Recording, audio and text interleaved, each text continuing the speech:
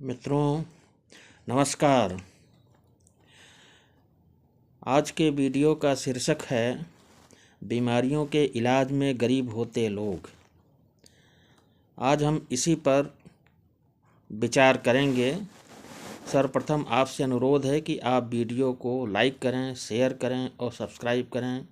मेरे YouTube channel को join करें और घंटी बजा दें। आप हमारा समर्थन और सहयोग करें। आपका समर्थन तथा सहयोग हमारे विश्वास को बढ़ाता है। आज का विषय अत्यंत गंभीर है और देश के सभी लोगों से संबंधित है, इसलिए आप सभी लोग इसे अंत तक अवश्य सुनें। हमारे प्राचीन ग्रंथ में कहा गया है, ऋण शत्रु व्याधिस्व अवशेष कर्तव्यः। ऋण, शत्रु और रोग का शमन होना ही चाहिए, अर्थात हमें ऋण से छुटकारा पा लेना चाहिए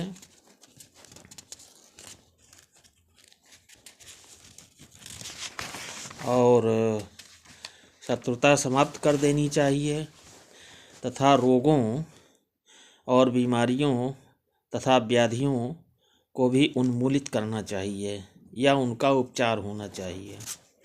बीमारियों के इलाज के लिए डॉक्टरों, चिकित्सकों और अस्पतालों को लोग जाते हैं।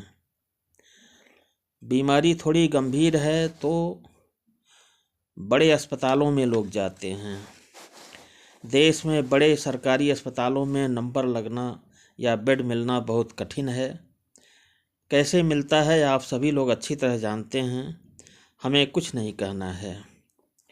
प्राइवेट या निजी अस्पतालों, जिन्हें इस कलयुग में कॉरपोरेट हॉस्पिटल की संज्ञा दी जाती है, वे भी आम जन की पहुंच से बहुत दूर हैं।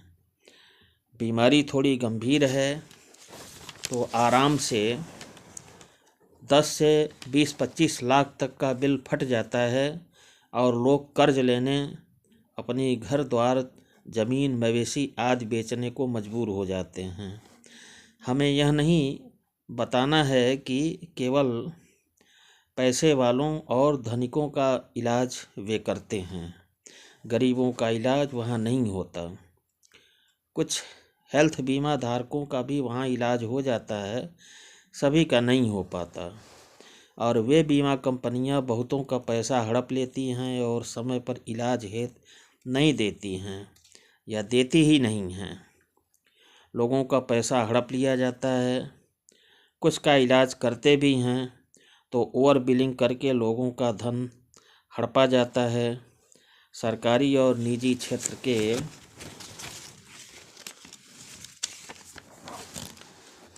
अस्पताल और बीमा कंपनियां लोक धन और पब्लिक मनी को लूटते हैं। हमारे प्राचीन ग्रंथ में कहा गया है, असत समृद्धि असद एव भुज्यते। यह पूर्णतः चरितार्थ हो रहा है। ऐसा भी होता है कि अस्पताल लंबा बिल बनाकर पैसा भी ले लेते हैं तथा लोगों की जान भी चली जाती है। लोगों के मरने के बाद भी अस्पताल उनके भावुकों को लंबा बिल थमाकर पैसा वसूलते हैं और मृत शरीर तब तक नहीं देते हैं जब तक कि उनका बिल वसूल नहीं हो जाता है। कभी कभी मृतकों के अभिभावकों को वे लोग बंधक बना लेते हैं और उन्हें कर्ज लेने, अपनी संपत्तियों को बेचने को बाध्य कर दिया जाता है। निजी अस्पताल तो अब यह चाल चलने लगे हैं कि वे लोगों से एडवांस पैसा जमा कर लेते हैं, तब बीमार को अपने यहाँ दाखिल कराते हैं। जमा धन पूरा खत्म होने के पहले ही और जमा कराते हैं, तभी इलाज आगे बढ़ाते हैं। दवा और अन्य चीज़ों का डबल चार्ज करते हैं। बेरहमी से लोगों को लूटा जाता है। बहुत से केसों में अधिक पैसा भी ले लेते हैं और बीमार की मृत्यु भी हो जाती है। ऐसे ही अस्पतालों, डॉक्टरों के लिए अपने प्राचीन साहित्य ग्रंथ में कहा गया है, वैद्यराज नमस्तुभ्यं यमराजस्य सहोदरः यमराज हरति प्राणः वैद्यराज प्राणधनानि च। अर्थात जो डॉक्टर हैं या अस्पताल हैं वो यमराज के सगे भाई हैं, क्योंकि यमराज तो प्राण लेते हैं किंतु निजी अस्पताल बीमार लोगों के प्राण और धन दोनों हर लेते हैं, अर्थात प्राण व धन दोनों लूट लेते हैं। आपसे अनुरोध है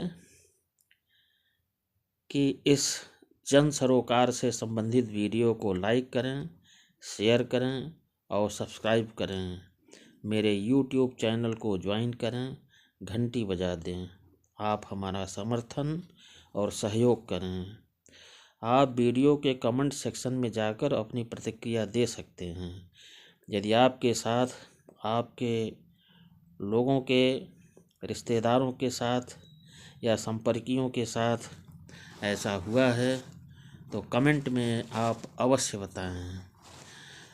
हम आपको बता दें कि मेरे जो वीडियो होते हैं वह मेरे ओरिजिनल विचार होते हैं और मैं अपने प्राचीन ग्रंथों, शास्त्रों एवं साहित्य का सहारा लेता हूँ और विषय विशेष से संबंधित जो भी उद्धरण होता है उसको मैं कोट करता हूँ।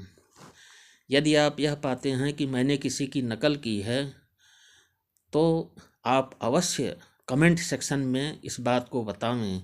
यह मेरा चैलेंज है कि मैं किसी की नकल नहीं करता।